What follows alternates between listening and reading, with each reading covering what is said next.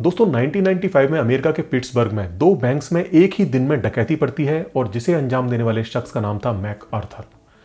जिस बेफिक्री से उसने इस घटना को अंजाम दिया था उसने सबको हैरान कर दिया।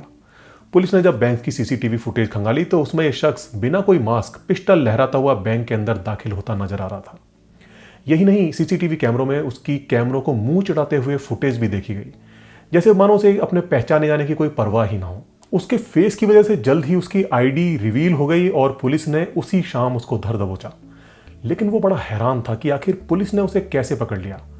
पुलिस ने जब उसे उसकी सीसीटीवी फुटेज दिखाई जिसमें कि वो कैमरों को मुंह चढ़ा रहा था तो उसकी हैरानी और ज़्यादा बढ़ गई और वो मन मन कुछ बुदबुदाया कि लेकिन मैंने तो मुंह पर नींबू का जूस अप्लाई किया था।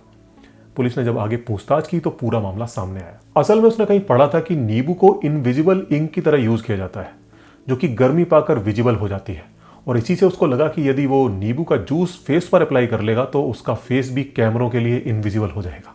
अगले कई दिनों तक उसकी ये स्टूपिड हरकत हंसी का विषय बनी रही। पुलिस ने उसकी जांच भी कराई, ये देखने के लिए कि कहीं ये किसी मनोरोग से पीड़ित तो नहीं है, लेकिन जांच में पाया गया कि वो तो एकदम सामान्य है। कॉर्नेल यूनिवर्सिटी के प्रोफेसर डेविड डोनिंग को इस घटना ने काफी आकर्षित किया और उन्होंने अपने स्टूडेंट जस्टिन क्रूगर को इस मामले को स्टडी करने को कहा।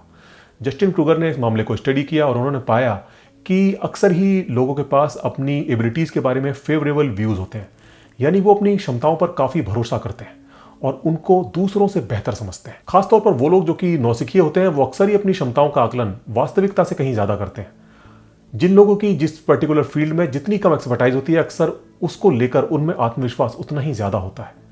कहने का मतलब है कि कम जानकारी से आत्मविश्वास का भ्रम जन्म लेता है।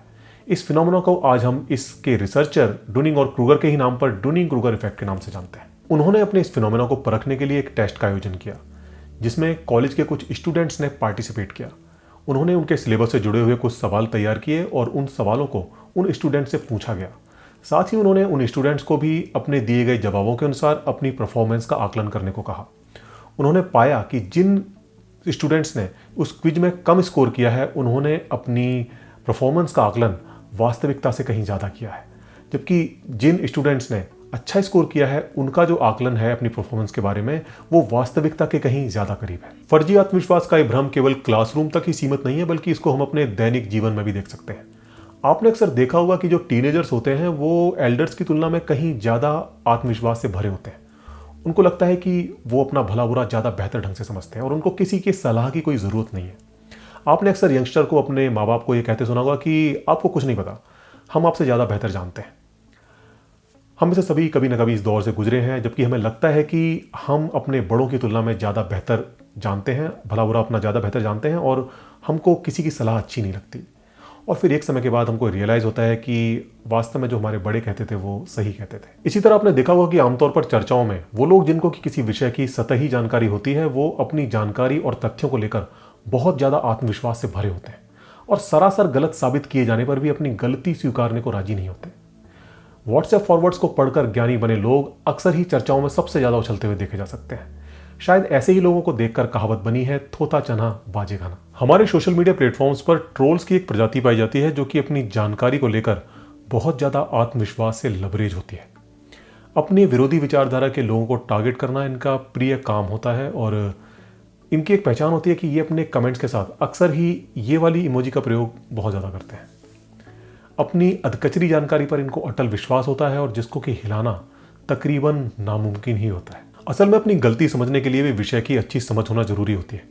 बिना किसी विषय को ठीक से समझे ये समझना भी मुश्किल पड़ता है कि आखिर आप कहाँ गलती कर रहे हैं।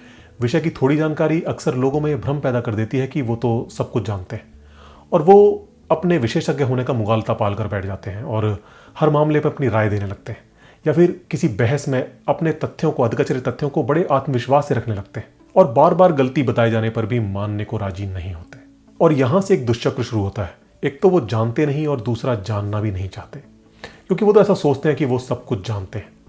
अमेरिकन हिस्टोरियन डैनियल जेबुस्टिन का एक कथन है कि the greatest enemy of knowledge is not ignorance, it's the illusion of knowledge.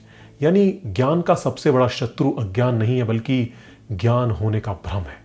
YouTube पर भी कई सारे ऐसे चैनल हैं जो कि अपनी आस्थाओं की रक्षा के लिए विज्ञान के स्थापित सिद्धांतों पर भी सवाल उठाने और उन्हें गलत बताने से गुरेज नहीं करते। विज्ञान सवाल उठाने को मना नहीं करता, लेकिन कम से कम इतनी अपेक्षा तो रखता है कि आप जिन सिद्धांतों पर सवाल उठा रहे हैं कम से कम उनको एक बार समझकर पढ़ तो लें। यदि आप उनको एक बार समझकर पढ़ लेंगे तो कम से कम इस योग्य तो हो ही जाएंगे कि कम से कम सवाल सही उठा सकें।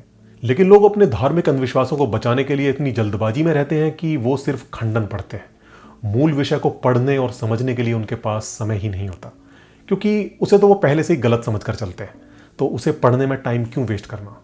और फिर उस खंडन को पढ़कर मिले ज्ञान के भ्रम में वो इतने बड़े बड़े ब्लंडर करते हैं कि यदि कोई तथाकथित भगवान हो तो उसे भी इनकी नादानी पर हंसी आ जाए। आत्मविश्वास इनमें गजब का होता है, इतना कि दिखाए जाने पर भी इनको इनकी गलती नहीं दिखती, क्योंकि इनको विश्वास होता है कि हम तो गलत हो ही नहीं सकते। और इसीलिए गलती दिखाए जाने पर भी ये विषय को समझने का प्रयास नहीं करते, बल्कि इस जुगत में भिड़ जाते हैं कि किस तरह से अपनी गलती को सही सिद्ध किया जाए। जहां तक साइंस का सवाल है तो यहां पर एक समस्या और है कि ये इंटरकनेक्टेड है, यानी किसी एक टॉपिक को समझने के लिए आपको कई डिफरेंट टॉपिक्स की नॉलेज होनी चाहिए। ऐसे में यदि आप किसी को कुछ समझाना चाहें तो आपको उसको बहुत सारे टॉपिक्स समझाने पड़ेंगे, तब जाकर उसको वो चीज़ समझ आएगी। और वो भी ऐसे व्यक्ति को कि जो कि खुद को परम ज्ञानी मानकर बैठा है और कुछ भी समझने को राजी नहीं। जाहिर है इतना फालतू समय किसी के पास नहीं होता। और फिर ऐसे लोग कॉग्निटिव बायस का भी शिकार होते हैं, यानी वो जो कुछ पढ़ते हैं उसमें भी अपनी आस्था को सही सिद्ध करने की संभावना को तलाशते रहते हैं, यानी बताया कुछ जा रहा है और समझते कुछ है। फेमस फिलोसोफर बर्ट्रैंड रसेल का एक कथन है कि यदि किसी बुद्धिमान व्यक्ति के कथन की व्याख्या कोई मूर्ख करे तो वो कभी सही नहीं हो सकती, क्योंकि वो अनजाने में उसे उसमें बदल देगा जिसे वो समझ सकता है। तो अब बात करते हैं कि इस फिनोमेना से बचने के लिए आप क्या कर सकते हैं। सबसे पहली चीज जो आप कर सकते हैं वो ये है कि जब तक आपने किसी विषय को डिटेल्स में ना पढ़ा हो तब तक खुद को उसका विशेषज्ञ मानने से बचिए। व्हाट्सएप फॉरवर्ड्स, फेसबुक पोस्ट और वन साइडेड लिटरेचर को पढ़कर खुद को ज्ञानी मत समझिए। विषय को जितना हो सकता है ऑथेंटिक सोर्स से पढ़िए, हो सके तो एकेडमिक लिटरेचर को पढ़िए। उस विषय के जानकारों और विशेषज्ञों से विचार विमर्श कीजिए और जो कुछ आपने समझा है उस पर उन विशेषज्ञों की राय लीजिए। यदि आप ये कर सके तो निश्चित ही आपको ये रियलाइज हो जाएगा कि जो कुछ आप जानते थे वो कितना कम और कितना गलत था और जानने को कितना ज़्यादा है।